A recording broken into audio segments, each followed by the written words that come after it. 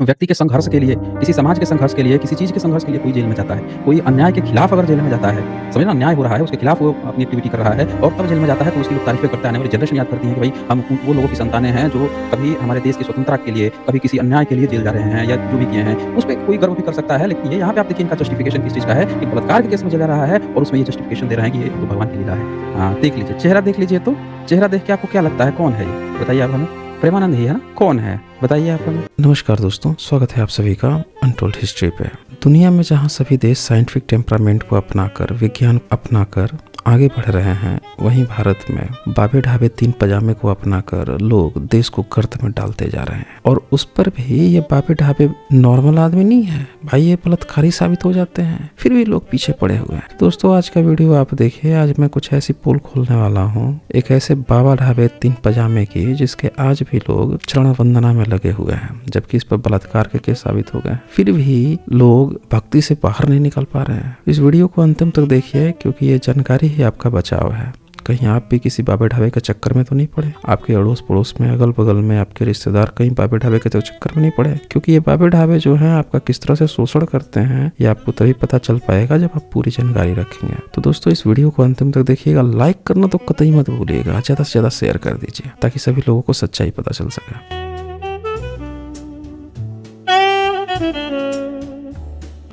इतने सारे बाबे ढाबे तीन पजामे जो समाज में पाखंड फैला रहे हैं, कर्मकांड फैला रहे हैं, धूर्तई फैला रहे हैं, अंधविश्वास फैला रहे हैं, साइंटिफिक टेम्परामेंट की तो मतलब वाट लगा के रख दिए हैं।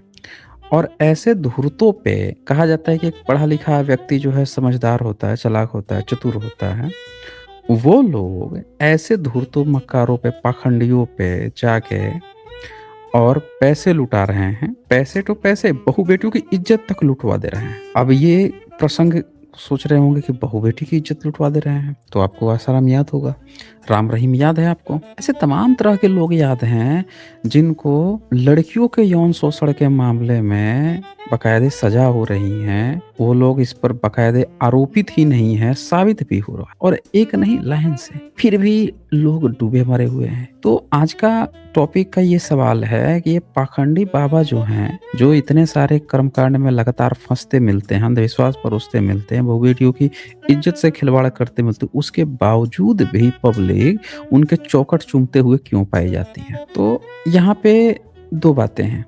एक बात तो एकदम क्लियर कट है कि लोग बाबाओं की तरफ क्यों आकर्षित हो रहे हैं। क्या भारत के पास अपना कोई धर्म नहीं है, अपना कोई एंशियंट सिविलाइजेशन नहीं है जिसको भारतीय लोग समझ सकें, और न होने के कारण से वो इन बाबाओं के चक्कर में पड़ रहे हैं। एक तो ये बात हुई, बिल्कुल सही भी है। इस पर हम लोग डिस्कशन करते आए हैं कि किस तरह से भारत के जितने भी तथाकथित ये ब्राह्मण विद्वान बने घूम रहे हैं, इन्होंने भारत का एक्चुअल जो ओरिजिनल इतिहास है उसको ऐसा मटिया मीट गायब कर दिया और एक नकली और काल्पनिक वैदिक काल और तथाकथित ये खड़ा किया जिस पर किसी को खुद ही विश्वास नहीं है। और इस कारण से भारत की पब्लिक इधर उधर घूम रही है। कोई किसी बाबा के चक्कर में फंस जाता है कहीं पे भी। आप देखेंगे तो दूसरे जो धर्म हैं उनमें बाबाओं के चक्कर में ज्यादा नहीं फंसते हैं, क्योंकि उनका जो धर्म है उसने उनको बता रखा है कि आपके क्या नियम है, आपके क्या कानून है, आपको क्या करना है। अब वो अच्छा है कि खराब है वो एक अलग मैटर है, लेकिन सबने बता रखा है तो वो इधर उधर नहीं फंसते। ये तथाकथित जिसको हिंदू बताया जा रहा है यही सबसे ज्यादा इन लोगों के चक्कर में फंस रहे हैं। इसका मतलब ये है कि एक तो भारत का जो एक्चुअल इतिहास है वो गायब किया गया है, इस कारण से ये प्रॉब्लम है। दूसरी जो महत्वपूर्ण बात है वो ये है कि ये जो बाबे ढाबे तीन पजामे हैं ये एक दूसरे को प्रमोट कर रहे हैं, ये जानते हुए भी कि ये बहुत बड़ा धूर्त है, मक्कार है, अंधविश्वासी है, और उसके बावजूद भी ये प्रमोट कर रहे हैं और बाकी लोग भी इसमें शामिल हो रहे हैं। तो सवाल ये आता है कि भारत का फिर एजुकेशन सिस्टम जो पढ़े लिखों की बात करता है, ये पढ़े लिखे क्या गोबर घंटाल हैं क्या? ये कौन सी पढ़ाई चल रही है भारत में? इनको पढ़ने लिखने के बाद भी ये नहीं पता चल पा रहा है कि हमको सपोर्ट किसको करना है, गुबरेलों को करना है, अंधविश्वासियों को करना है, पाखंडियों को करना है। यानी कि क्या सिस्टम इससे मिला हुआ है? वो भारतीय लोगों को एजुकेट ही नहीं कर पा रहा है, सही गलत की पहचान ही नहीं कर पा रहा है। एक एजुकेशन सिस्टम से हमेशा ये उम्मीद की जाती है कि वो अपने नागरिकों को सही और गलत का फैसला करना सिखाए, मान लीजिए आप अपने बच्चे की परवरिश कर रहे हैं और आप बच्चे को यही नहीं सिखा पा रहे हैं, कौन लोग अच्छे हैं, कौन लोग बुरे हैं और बच्चे का लगातार शोषण हो रहा है। जो मन करे वही शोषण कर दे रहा है। क्योंकि बच्चा को आप ये बताने में असफल हो गए हैं, पेरेंटिंग में असफल हो गए हैं कि बच्चा चूज़ कर सके कि कौन अच्छे लोग हैं उनके साथ जाना है या कौन बुरे लोग हैं उनके साथ। बड़ा आसानी से जाकर शोषण करवा ले रहा है आपने। तो वही एजुकेशन सिस्टम है। एजुकेशन सिस्टम हर व्यक्ति को देता है। अब जाके इन कर्मकांडी बाबाओं से लोग शोषण करा पा रहे हैं, इसका मतलब कि एजुकेशन सिस्टम जो है वो आपको सही एजुकेट नहीं कर रहा है। वो सही और गलत का फ़र्क नहीं बता पा रहा है, जिसके कारण से ये लोग जो हैं इन लोगों पर हावी होते जा रहे हैं और ये लोग उसमें फँसते जा रहे हैं। अब इस तरह की बातें तो हम बहुत ढेर सारी की जा सकती है, लेकिन मैं आपको एक आज सैंपल दिखाना चाहता हूँ। वो सैंपल ज़रा देखिए। एक बाबा है प्रेमानंद, उस प्रेमानंद की बड़ी लोग तारीफ़ करते हैं। बाकी सब तो जाके चरण पे ही लेट जाते हैं, भाई साहब प्रेमानंद प्रेमानंद। और वो बंदा राधा की बात करता है। वो राधा जो कर्ण की माँ है, लेकिन इसकी राधा कर्ण की माँ भी नहीं है, क्योंकि महाभारत में एक राधा थी कर्ण की माँ, राधे नंदन थे। राधे नंदन कौन थे? कर्ण थे। मतलब माँ भी नहीं थी, पाली पोसी थी, सूत कन्या थी, ये बात थी यहाँ पे। तो इन लोगों ने भागवत पुराण में भी राधा का जिक्र नहीं आया। बाद में इन लोगों ने खुद से एक राधा ईजाद कर लिया और कृष्ण की इतनी सारी पत्नियां कम पड़ गई थी जो एक प्रेमिका की तरह जोड़ दिया गया।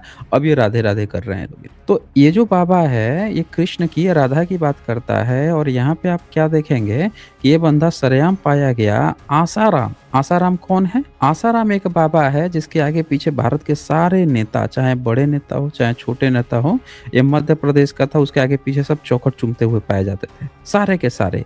मतलब प्रधानमंत्री तक भी शामिल रहे हैं सब। ऐसा नहीं है कि भारत के कोई छोटे मोटे और इधर उधर के लोग हैं। हर व्यक्ति इसके साथ आगे पीछे घूमता हुआ पाया गया। और जब ये पकड़ा जाता है, फंस जाता है, महिला यौन शोषण के केस में फंसता है, मैं वो दिखाऊंगा अभी आपको। तो अभी एक वीडियो खूब वायरल की जा रही है। पहले मैं आप लोगों को वो वायरल वीडियो दिखाता हूँ कि उसमें क्या बोल रहा है। ये प्रेमानंद जो है, आप चेक कीजिएगा, ये प्रेमानंद ही है ना? वीडियो से आप लोग देख के बता दीजिएगा, क्योंकि ये वायरल वीडियो है। मैं वायरल वीडियो दिखाने जा रहा हूँ।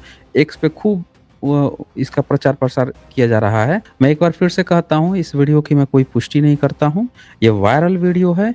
आप लोग सत्य तक पहुँचने की कोशिश कीजिए कि क्या चीज़ें चल रही हैं। और ये मीना कोतवाल आईडी हैं, बहुत सारी आईडी से ये चल रहा है इसमें। और ये वाकई में एक क्लिप है जो जिस क्लिप को लोग दिखा रहे हैं कि एक व्यक्ति पहुंचता है प्रेमानंद के पास और पूछता है आसाराम के बारे में। आसाराम सुनिए, पूरा आप सुनिए और देखिए वो क्या रिप्लाई क्या दे रहा है। प्रेमानंद को लोग सोचते हैं कि बड़ा अच्छा आदमी है, बड़ा अच्छा आदमी है, लेकिन एक सोचिए कि आसाराम जिस पर बलात्कार के आरोप है, बलात्कारी जिसको कहा जाता है, उसके बारे में ये बंदा क्या बोलते हुए पाया जा रहे हैं, जरा सुनिएगा ये। बाबा, मैं श्री आशाराम बापू जी से नाम दीक्षा ली थी। मेरा भजन अच्छा चल रहा था, पर उनके जेल जाने के बाद मेरी श्रद्धा पर आघात हो गया। हाँ, ये बाहरी। हाँ, तो ये आप लोगों को अगर साउंड आ गई हो तो एक बार आप मुझे क्लियर कर दीजिए कि क्या आप लोगों को साउंड सुनाई पड़ी है? क्या साउंड आप लोगों को आ रही है? अगर साउंड आ रही है तो आप लोग एक मुझे कंफर्म करें, तो मैं आप लोगों से आगे बढ़ता हूँ।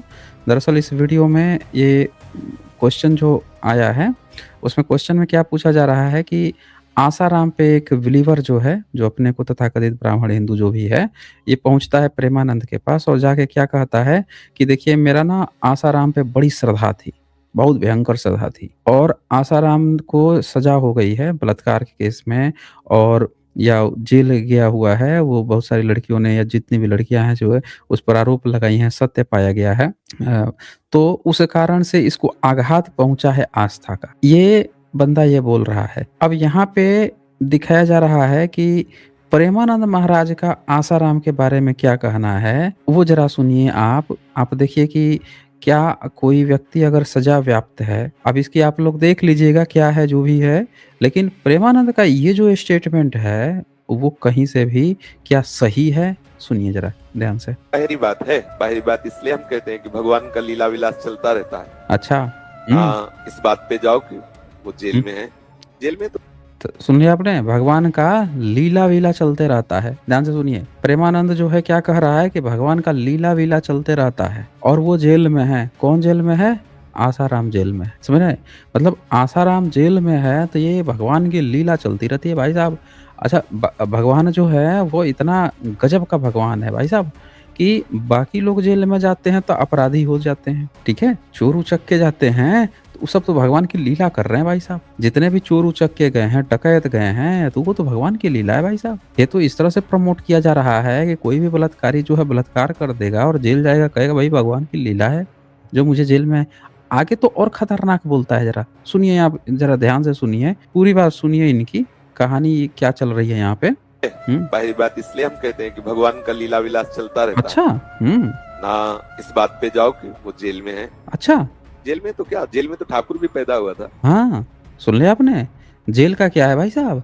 जेल में तो ठाकुर भी पैदा होता है, समझ रहे हैं? जेल में ठाकुर पैदा हो जाता है भाई साहब। अब बताइए आप हमें कि जेल में ये ठाकुर पैदा कर रहे हैं, जेल में ठाकुर पैदा हो जाता है, इसीलिए वो बात तो भूल जाओ भाई साहब। सुन रहे हैं आपने कहानी इनकी? मतलब वो जेल में गया है, उस पर वो लगा हुआ है, बलात्कार की सजा चल रही है, और ये क्या बोल रहे हैं कि भाई साहब ये तो भूल जाओ, अब वो तो भगवान की लीला है।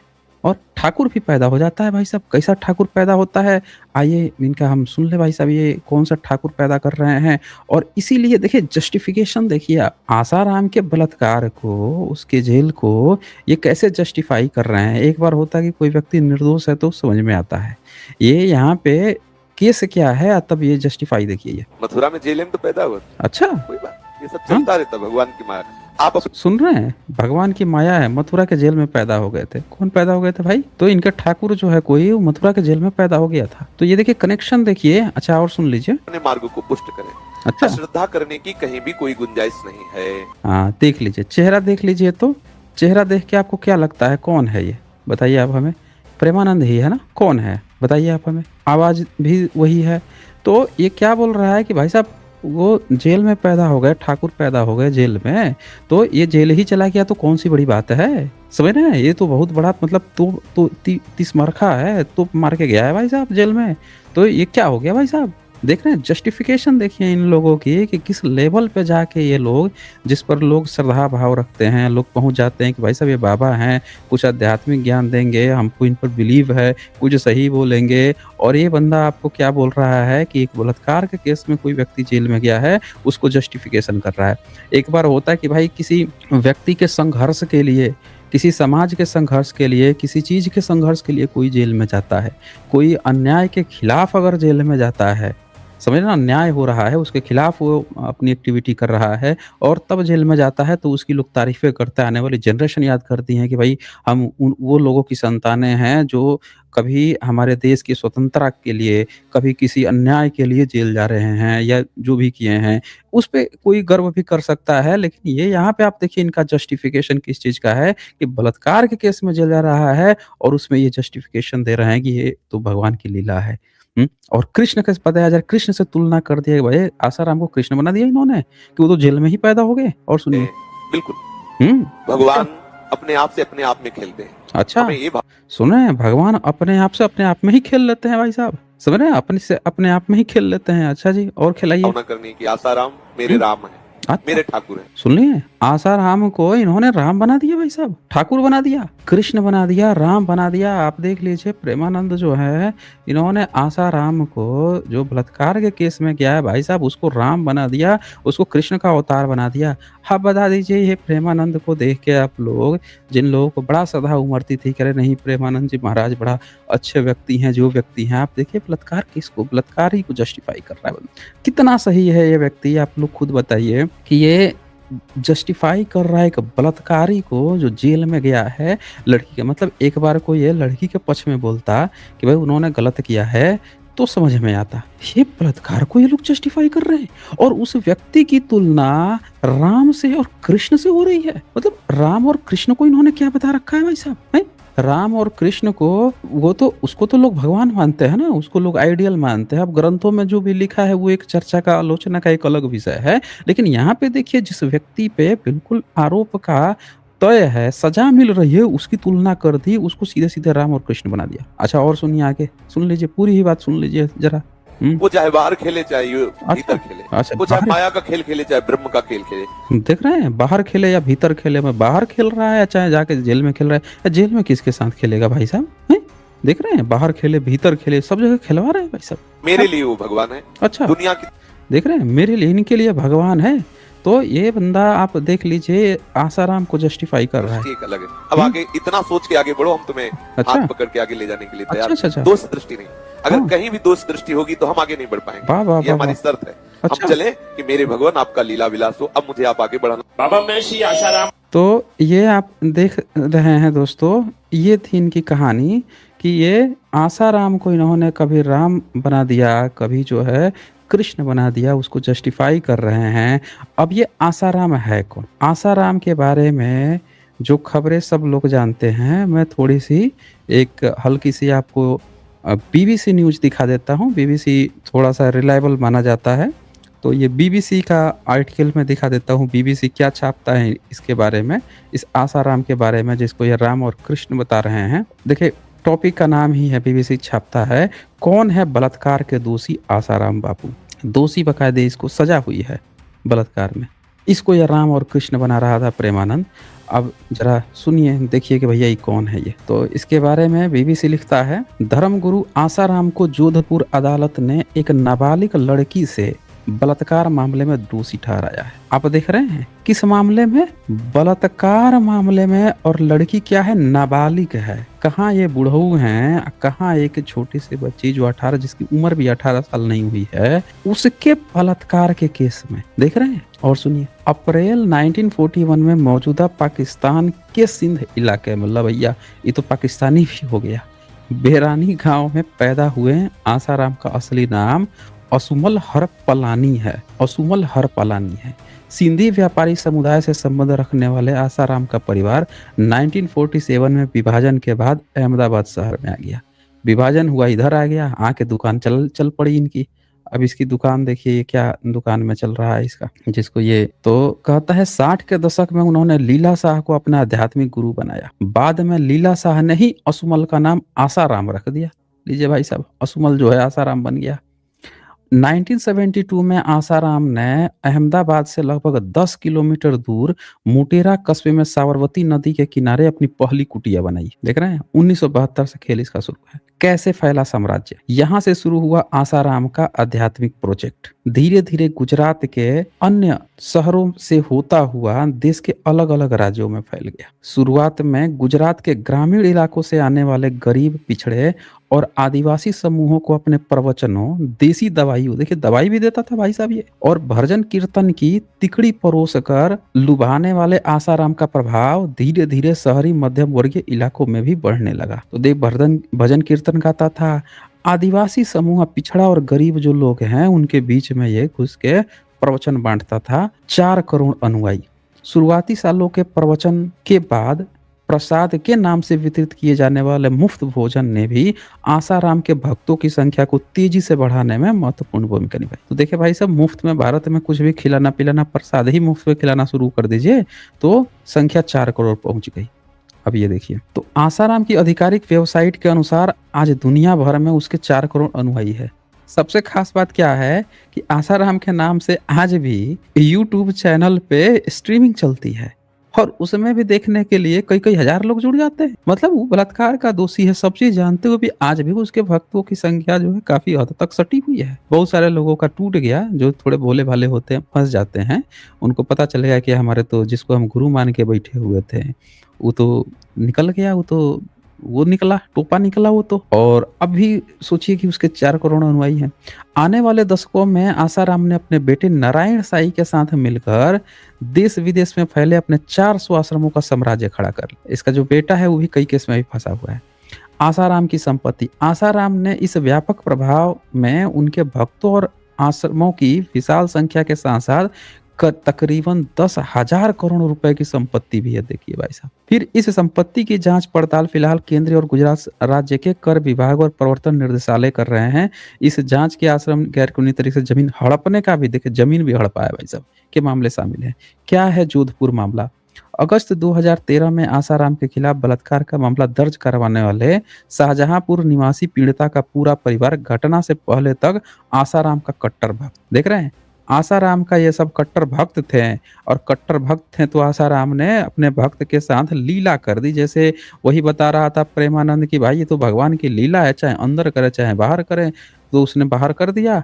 और पता नहीं अब अंदर क्या कर रहा है। तो पीड़िता के पिता ने अपने खर्चे पर शाहजहांपुर में आसाराम का आश्रम भी बनवाया था। देख रहे हैं भाई साहब, वो इतना उसका पिता जो है कट्टर भक्त बना कि उसने आसाराम का तो आश्रम तक बनवा दिया शाहजहांपुर में, और अपने पैसे पर। और संस्कारवान शिक्षा, मतलब एकदम संस्कार शिक्षा की उम्मीद से अपने 2 बच्चों को आसाराम के छिंदवाड़ा स्थित गुरुकुल में पढ़ने के लिए भेज दिया। भैया याद कर लीजिए, जो लोग भी देख रहे हैं, ये किसी भावे ढाबे के स्कूल में आप बच्चों को तो नहीं भेजते हैं, शोषण हो जाएगा। ठीक से मतलब बचा उचा के रखिए, ये इतिहास से सीख लीजिए, कम से कम इतिहास में इस तरह की घटना हुई है, आगे फिर ना हो जाए। तो मुकदमे में दायर चार्जशीट के अनुसार आसाराम ने 15 अगस्त की शाम 16 वर्षीय पीड़िता को ठीक करने के बहाने से अपनी कुटिया में बुलाकर बलात्कार किया। अब देखिए, वो जो बंदा है वो इतना उसको बिलीव है आसाराम पे, ये मुंह से मुंह खोला शब्द गपोड़ता था। शब्द गपोड़ के उनके कानों में ऐसी कंपकपी गुजरी कि अपनी 2 बेटियों को ले जाके वो कर दिए, डाल दिए। अरे भाई, वो मुंह से लच्छेदार हो सकता है, अंदर उसके वही हार्मोन्स दौड़ रहे हैं जो सबके अंदर दौड़ रहे हैं। तो वो क्या किया कि भाई साहब, उसने 16 साल की बच्ची का, देख लीजिए, जिसके बाप ने देख लिया कि तो ये हमारा भक्त है तो हम तो कुछ भी कर लेंगे इसके साथ, ये भी मान जाएगा। उसी में देख लीजिए हिम्मत उसकी इतनी बड़ी कि नप दिया। अब ये क्या होता है यहाँ पे, 16 साल की नाबालिग बच्ची का इसने कुटिया पे बुलाता है कि तुमको बीमारी हुआ है ना, आओ हम ठीक कर देते हैं, अब बलात्कार कर देता है। इसी मामले में अदालत ने आसाराम को दोषी करार दिया है। अब इस मामले में ये सरेआम पकड़ा गया। तो अब उसके बाद से आप देखिए इसने काम क्या किया है। मतलब ऐसा इतना आसान नहीं है कि उसने ऐसा कर दिया, इसके बाद से बड़े आसानी से ये हो गया। इसने क्या किया, जितने गवाह थे उनकी हत्या भी करवाई। ये देखिए, गवाहों की हत्या, आसाराम पर गवाहों की हत्या के भी आरोप हैं। 28 फरवरी 2014 की सुबह आसाराम और उसके बेटे नारायण साई पर बलात्कार का आरोप लगाने वाली सूरत निवासी 2 बहनों में से एक के पति पर सूरत शहर में ही जानलेवा हमला हुआ। अब देखें, दोनों बहन थी, दोनों के साथ दोनों ने बताया कि उन दोनों का जो भी यौन शोषण किया, बलात्कार किया, जो भी किया, तो उसमें से एक की शादी भी हो गई थी। तो उसका जो पति था उस पर ये सब हमला भी कर दिए। देख रहे हैं आप, मतलब उसके हस्बैंड पे भी हमला कर रहे हैं। और देखिए, 15 दिन के भीतर ही अगला हमला राकेश पटेल नामक आसाराम के वीडियोग्राफर पर हुआ। दूसरे हमले के कुछ दिनों बाद ही दिनेश भगनानी नामक तीसरे गवाह पर सूरत के कपड़ा बाजार में तेजाब फेंक दिया गया। देख रहे हैं, तो ये क्रिमिनल एक्टिविटी भी करवाया है इसने। सिर्फ और सिर्फ जो है बलात्कार ही नहीं किया, बल्कि जो गवाह थे, जो भी गवाही दे सकते थे, उनके ऊपर हत्या भी करवा रहा है, क्योंकि इसके पास पैसे हो गए हैं, पावरफुल हो गया है। आज जो पावरफुल हो जाता है, आपने देखे क्या प्रयोग कर रहा है। फिर इसके बाद से आसाराम का राजनीतिक प्रभाव। सामाजिक कार्यकर्ता मनीषी जानी के मुताबिक तो सब कुछ के बावजूद आसाराम को एक तरह का राजनीतिक संरक्षण भी हासिल है। आप देखिए यहाँ पे ध्यान से कि राजनीतिक संरक्षण, क्योंकि मैंने जैसा कि बताया इसके साथ इतनी सारी वीडियो हैं, बहुत सारी वीडियो हैं, जिसमें प्रधानमंत्री जो हैं, भूतपूर्व प्रधानमंत्री, इवन अटल बिहारी वाजपेयी भी देखे गए हैं। जितना मंत्री सब है जो अपने को बड़े बड़े मंत्री कहते हैं, सब इसके मंच पर देखे गए हैं। झूमते, नाचते, गाते, स्पीच देते, जो भी करते, XYZ करते, सब पाए गए हैं। आप यहाँ पे देख सकते हैं, ये उन्होंने विधानसभा का हवाला देते हुए कहा कि नौबत यहाँ तक आ गई कि आसाराम के मुद्दे पर विधानसभा में इतना जमकर हंगामा हुआ जिससे माइक तक उखाड़े गए। देख रहे हैं, गुजरात के मुख्यमंत्री रहते हुए नरेंद्र मोदी भी उनके आश्रम में जाते रहे थे। लीजिए भाई साहब, यहाँ तो तत्कालीन प्रधानमंत्री जी का भी नामा किया। इससे आसाराम बापू को लगा कि कानून के हाथ उन तक नहीं पहुंच सकते हैं। और देखें कि जब आदमी को ऐसा लग जाता है कि भाई साहब वो उसके हाथ उस तक नहीं पहुंच सकते हैं, तो वो कुछ भी करने को, किसी की बहू बेटी को नोचने को तैयार हो जाता है। और ये काम किया।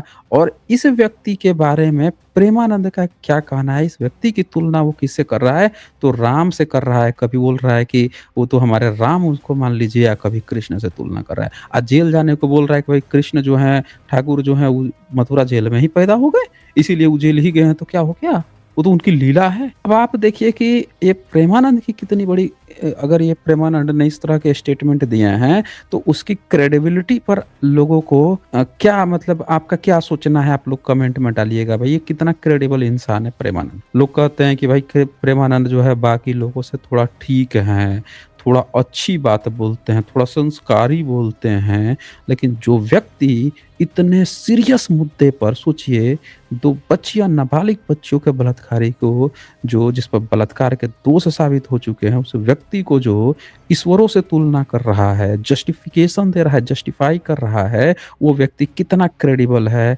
आप लोग कमेंट में ज़रूर हमें बताइएगा।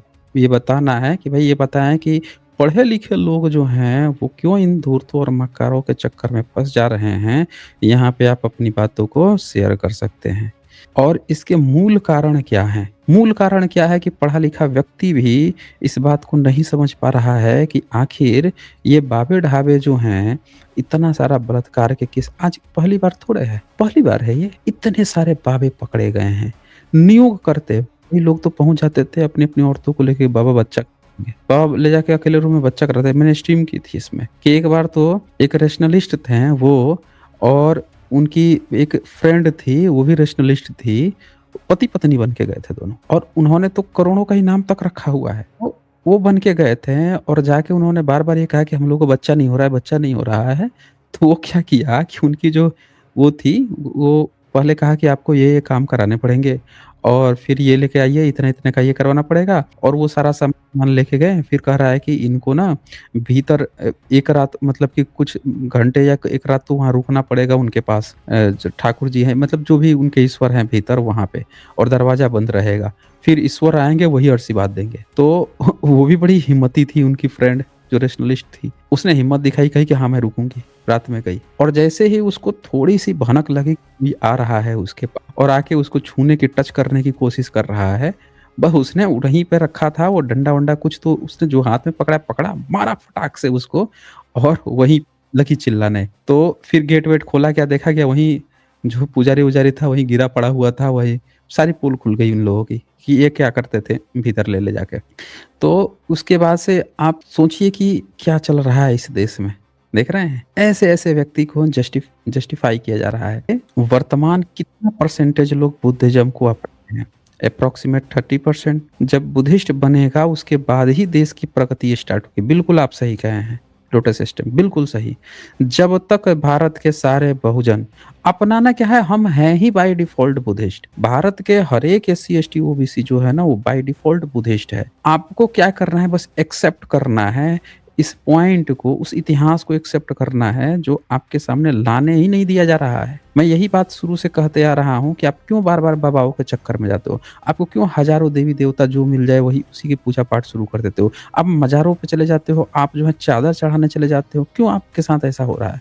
इसका कारण सिर्फ़ यही है कि आपका जो धर्म था, जो आपके पुरखे करते थे, वो आपके पास नहीं है, तो आप उस मछली की तरह हो जो पानी में रहती थी, अब पानी हटा लिया गया, आप तड़प-तड़प के कभी इधर भाग रहे हो छटपटा के, कभी उधर भाग रहे हो।